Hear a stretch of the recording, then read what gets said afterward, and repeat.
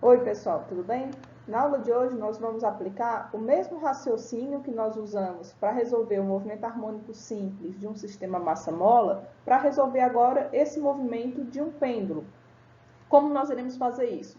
Primeiramente, nós precisamos identificar qual é a força restauradora, em seguida, aplicar a segunda lei de Newton e montar uma equação diferencial para identificarmos a frequência de oscilação. A partir dessa frequência de oscilação, a gente consegue determinar os parâmetros de frequência linear e período. Vamos lá? Então, para nós começarmos a estudar o movimento harmônico simples de um pêndulo, nós vamos primeiro analisar qual é a força restauradora desse sistema. Aqui nós temos o movimento do pêndulo representado, ó. Nós podemos claramente observar que esse é um movimento do tipo harmônico simples, porque esse sistema passa por duas posições opostas e simétricas, A e menos A, em torno de uma posição de equilíbrio, que seria o ponto da origem, o ponto zero.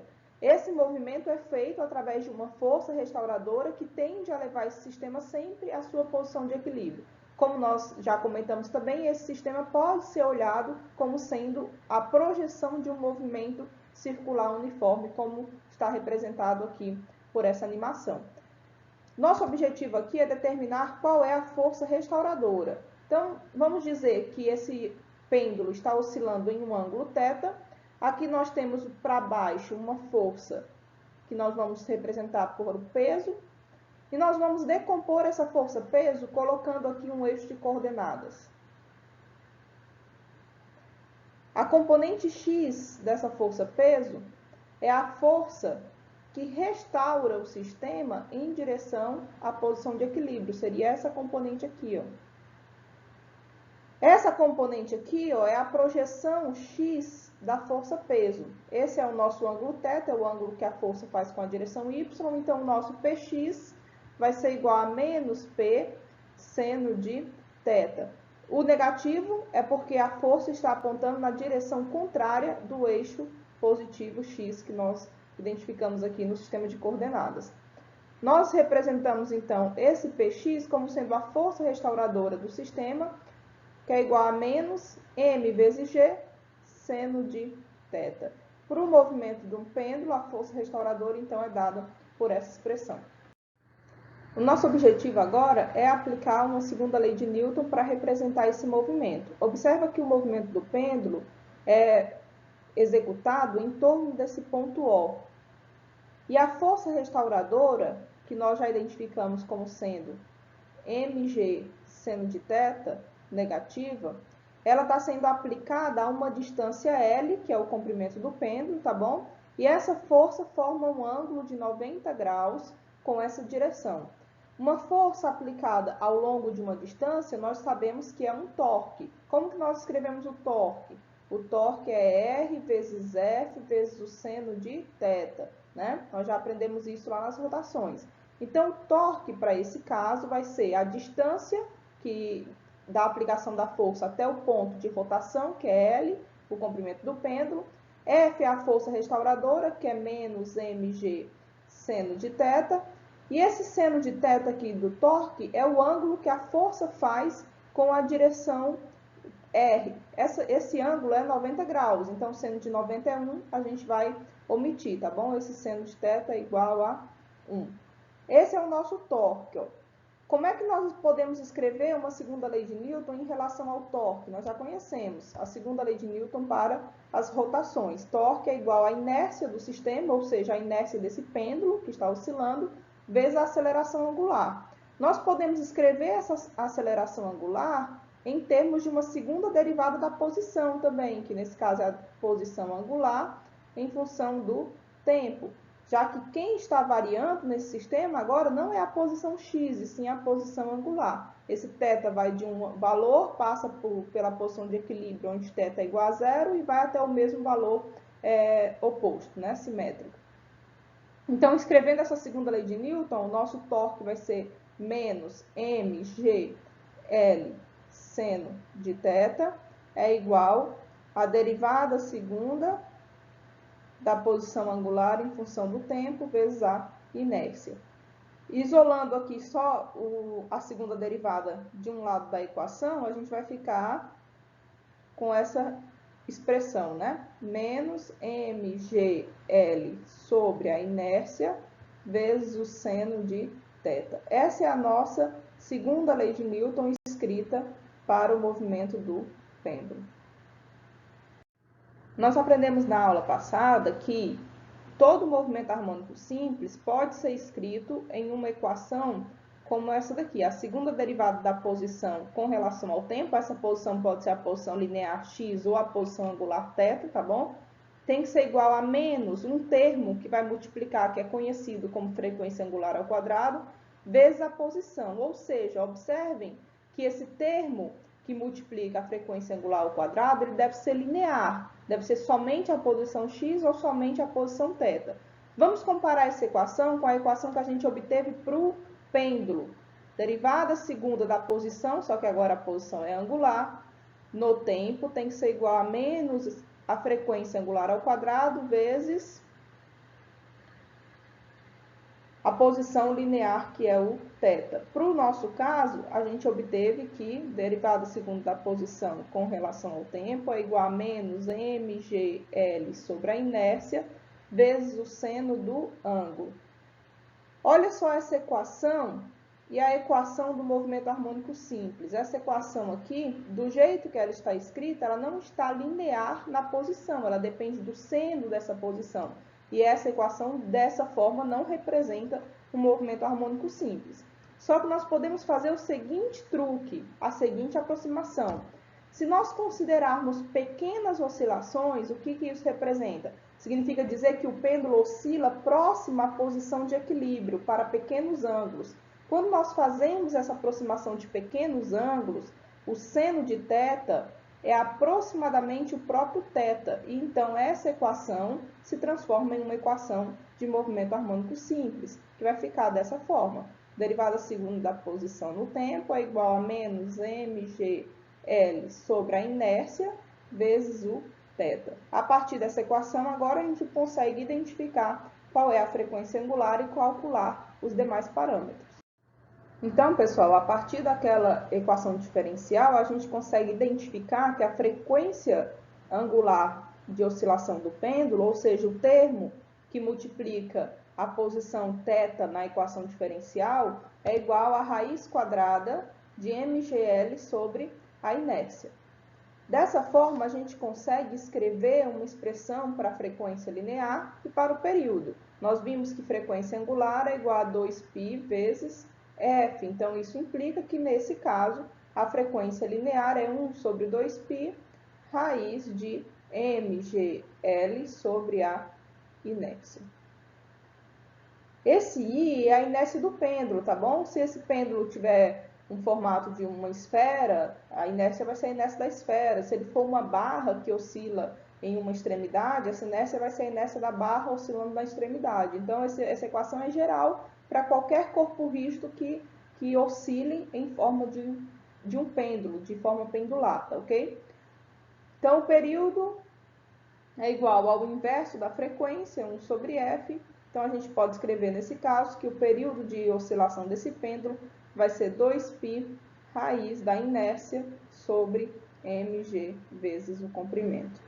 Esse é o período de oscilação do pêndulo. Vamos considerar agora um caso particular de movimento de pêndulo, que é conhecido como pêndulo simples. O pêndulo simples é um pêndulo onde toda a massa está concentrada aqui em um ponto, e esse ponto a gente vai tratar como sendo uma partícula de massa m. Essa partícula de massa m, nós vamos dizer que ela está localizada a uma distância L do eixo de rotação, que é aqui em cima, o ponto O, e esse pêndulo oscila em pequenos ângulos, que nós vamos representar por θ. A inércia de uma partícula nós já conhecemos, que é a massa vezes a distância dessa partícula ao eixo de rotação ao quadrado, que nesse caso é L. Então, a nossa inércia para esse problema vai ser ml ao quadrado. Então, qual vai ser a frequência de oscilação desse pêndulo? Nós sabemos que a frequência de oscilação de um pêndulo é a raiz quadrada de mgl sobre a inércia. Substituindo essa inércia agora para esse caso particular do pêndulo simples, a gente vai chegar que a frequência angular de oscilação é a raiz quadrada de mgl sobre ml ao quadrado. Essas massas a gente pode cancelar, então a gente vai ficar que a frequência de oscilação desse movimento é igual a raiz quadrada de g sobre L. Essa é a frequência angular de um pêndulo simples, tá bom? A partir da frequência angular, que nós determinamos para o pêndulo simples como sendo raiz de g, que é a gravidade, sobre L, que é o comprimento do pêndulo, nós podemos determinar os demais parâmetros. Um deles é a frequência linear dessa oscilação. Usando novamente a relação de frequência angular igual a 2π vezes a frequência linear, nós determinamos que a frequência linear de oscilação de um pêndulo é 1 sobre 2π raiz quadrada de g sobre L. Isso significa que quanto maior for o comprimento do pêndulo, menor será a frequência de oscilação. Podemos também determinar o período desse movimento, usando a relação de período igual ao inverso da frequência. Com isso, a gente acha que o período é igual a 2π raiz de L sobre G. Isso nos mostra que o período do pêndulo é diretamente proporcional ao seu comprimento. Então, nós vamos usar essa simulação para entender o comportamento do movimento harmônico simples de um pêndulo. Observe que aqui a gente tem um pêndulo e nós já estamos propondo pequenas oscilações, que é a condição que enquadra esse movimento em um tipo de harmônico simples, onde o seno do ângulo é aproximadamente o próprio ângulo, ou seja, oscilações pequenas, tá certo? Aqui nós temos o período de um pêndulo. Nós sabemos que esse período é diretamente proporcional ao comprimento, mais especificamente a raiz quadrada desse comprimento. Isso significa que se eu aumentar o comprimento, o período dobra. Por exemplo, se nós quadruplicarmos o comprimento do pêndulo, o período do pêndulo vai ficar multiplicado por 2. Vamos fazer esse teste aqui nessa simulação e ver se realmente isso acontece. Inicialmente, nós vamos fixar o comprimento em meio metro e colocar esse sistema aqui para oscilar. Essa seta vermelha representa a força restauradora, que é a força que leva o pêndulo de volta à posição de equilíbrio. Para esse comprimento de 0,5 metros, o período de oscilação está marcando 1,4 segundos, ou seja, o sistema demora 1,4 segundos para sair da posição máxima, passar pela posição mínima e retornar à posição de máximo, ou seja, completar uma oscilação. Que nós podemos observar os gráficos da posição em função do tempo, velocidade e aceleração em função do tempo. Eu vou aumentar aqui o comprimento do pêndulo para 4 vezes maior do que esse comprimento inicial, ou seja, vamos colocar o comprimento em 2 metros. Observem aqui o que vai acontecer com o período, quando nós aumentarmos esse comprimento. Pronto. O comprimento aqui está marcando 2 metros, ó, e o período ficou 2 vezes maior, que está de acordo com essa equação que nós obtivemos. Observe que agora o período aumenta e a frequência diminui. O pêndulo demora mais tempo para passar da posição de máximo para a posição de mínimo e retornar à mesma posição, constatando que período e frequência também são inversamente proporcionais. Então, o que nós temos a dizer a respeito da posição, velocidade e aceleração do movimento harmônico simples de um pêndulo? É simples, pessoal. Essas equações seguem a mesma forma das equações que nós obtivemos para o movimento harmônico simples, porque estamos tratando de um mesmo movimento. A única coisa que mudou foi o sistema que está oscilando, que nesse caso é um pêndulo, no caso anterior era o sistema massa-mola.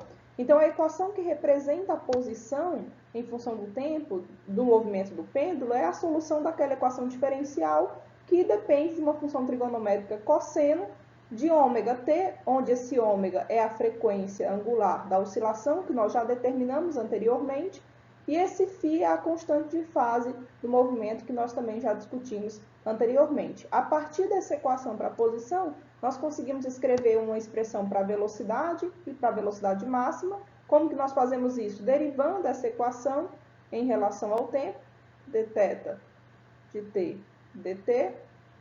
Essa equação vai ficar θm, que é a amplitude máxima do movimento, vezes a frequência de oscilação. A derivada do cosseno é menos o seno, vai ficar o seno de ômega-t mais a constante de fase. Essa é a função que representa a velocidade em função do tempo.